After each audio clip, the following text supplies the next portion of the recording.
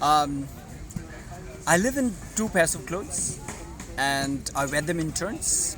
People think I wear the same clothes, but they don't know that I have two. Um, I have no ambition for money or position or power or wealth or anything. Um, in fact, for me, freedom is the most inspiring thing in my life, and I enjoy being the activist. I'm the most, I think, among my own writer friends, I'm the most jailed author. I've been to jail 16 times. Um, I work with non-violence. I keep my Buddha in my heart and work with Gandhi from my head.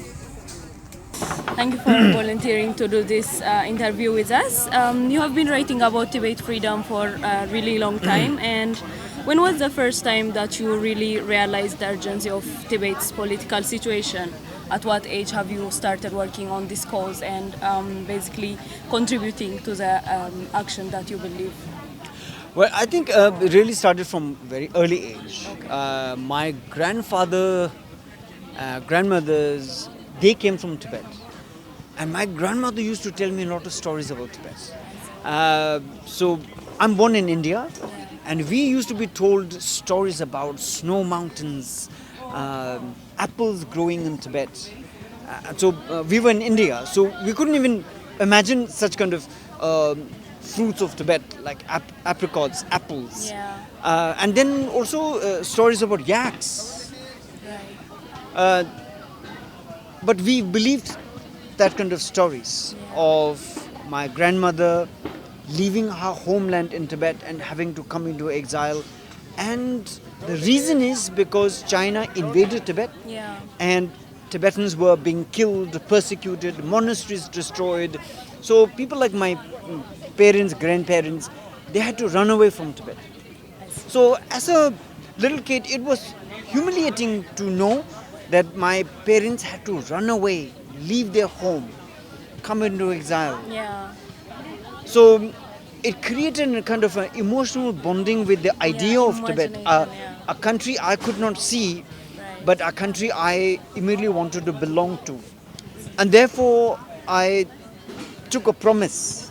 I made a pledge to myself when I was in school that when I grow up, I'm going to work for the freedom of Tibet. So it became a goal of life. Yeah, nice. So, what's your take on Tibetans living in exile India, especially like in Dharamshala? Because often when Tibetans introduce themselves, people mostly know about Dharamshala or the Dalai Lama, Yes, which yes. is like a popular Yes. topic. Yes. But very less number of people are aware of the political situation or Tibet's basically Tibet's oppression under Yes, the Chinese yes, government. yes, So, yes. what's your take? Well, on this? so see, at the moment, China is rising power because of military and economic I see. developments. And many countries take interest in that. They want to trade with China, they want to make more money out of China. Yeah.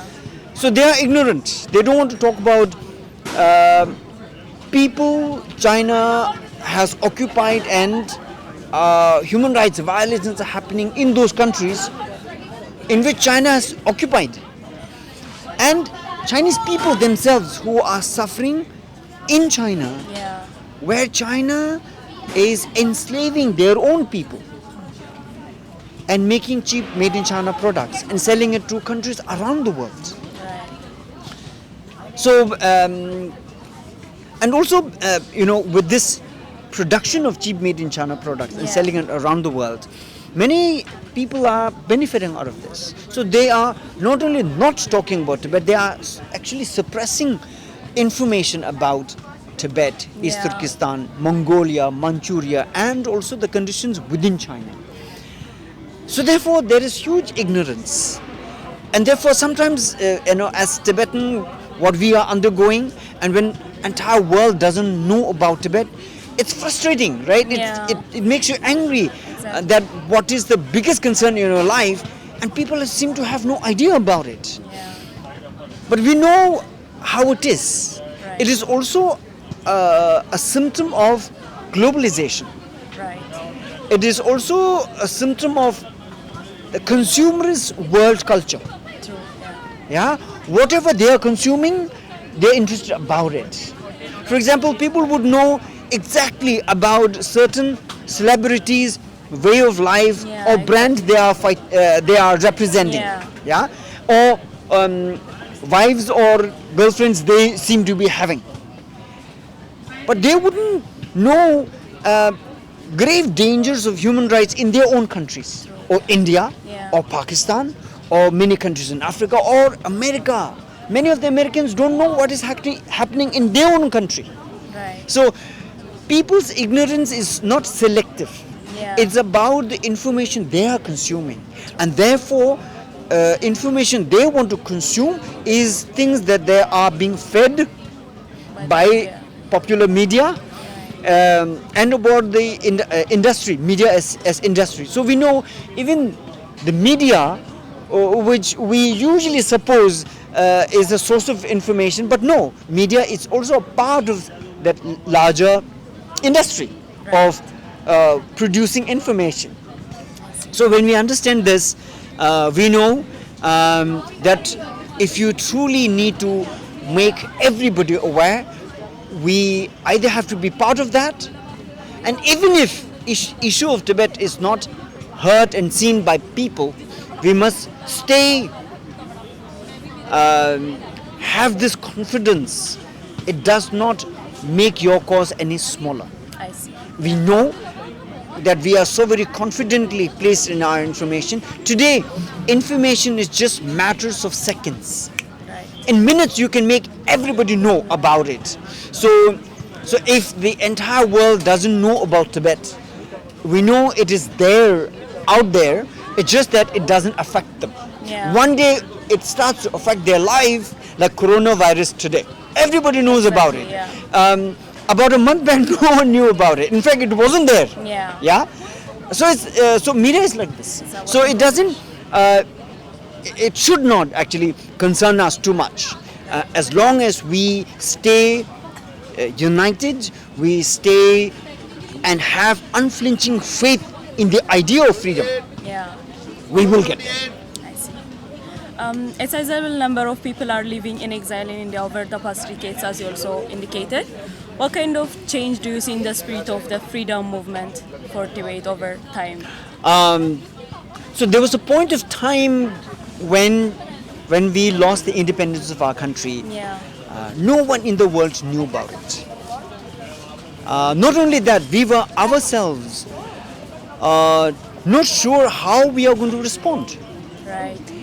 And slowly we start to organize ourselves better among ourselves, and then we started to inform the world.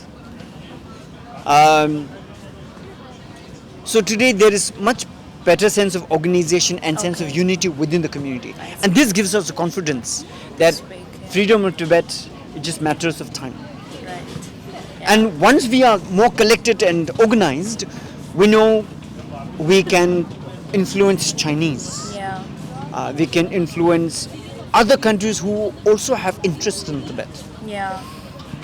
And we see that we are not the only ones who are suffering in China. In fact, in China, Chinese people are suffering more because they are not only deprived of the freedom and democracy.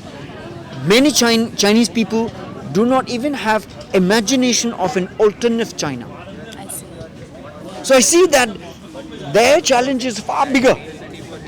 Yeah. So therefore, today I feel we are better prepared. Okay. We have achieved a sense of democracy in a very short period of like 60 years. Right. And we are much more prepared. And therefore we are much more hopeful. Yeah. So as we can see, there is a right-wing government in power in today's India, and it has a different approach towards the cause of Tibet. So what do you think about the support from the Indian government on the international platform in reference to this Tibetan cause? Well, India's position on Tibet has always been there. Yeah. and but the way they've been articulating their position on Tibet has changed a little bit since 2003 onwards. Earlier, India used to say Tibet is a part of China, blanketly. I see. From 2003 onwards, India had been saying Tibet Autonomous Region, which is part of Tibet, is a part of People's Republic of China, which was founded in 1949. So this nuanced understanding by this new articulation leaves space for India to have better negotiations with China. I see. And because the dynamics of relationship between India and China is changing, and India is no longer the India of 1962. Yeah. And looking at China's growth and dependence on export, we see that India's development may actually outrun China I see. in future. Yeah. So we will see how this is going to turn. But essentially today, India doesn't even say to China, Tibet Autonomous Region is a part of People's Republic of China. Even that statement India does not say. Yeah. This is new, improved, bettered, and more confident and assertive India. I see. This will help definitely Tibet because a stronger, more confident India is of course going to protect herself better, and that will in terms of different nuances make issue of Tibet much more visible I see. between India and China. Thank you so much for sharing us your knowledge and giving us your Okay. precious time. Yeah. This was for today. Okay, Thank you. thank you.